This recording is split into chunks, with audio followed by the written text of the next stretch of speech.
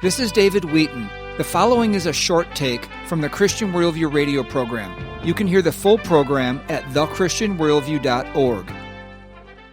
Explain to us the contributing dynamics as to why the majority of American culture departed from a God-revering mentality or attitude to one that is God-rejecting. And when did that take place?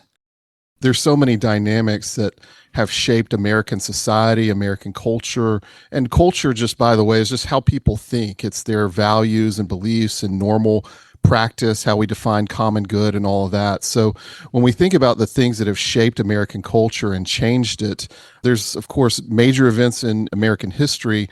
We can think in terms especially of the sexual revolution, which really kind of threw gas on the fire. But if you think back, there's probably the times, I think in the late 19th into the early 20th century, where there was this shift in the way that the church accepted the scripture and began to think about what the Bible was and what it meant.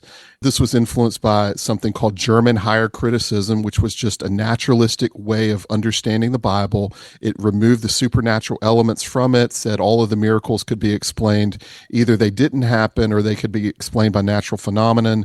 And it began to erode this sense of who God was and how he spoke to us through scripture.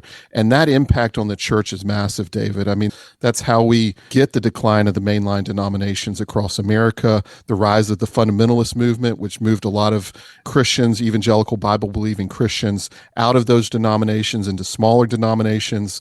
A lot of Christians got out of social activism because of the rise of the social gospel movement that was happening in this time, where that basically just becomes a humanitarian effort and all of these things. So I think the story of culture war takes place in the 70s, 80s, and 90s, but the precursor to that, like you're alluding to, goes back, even another 50, 60, 70 years before.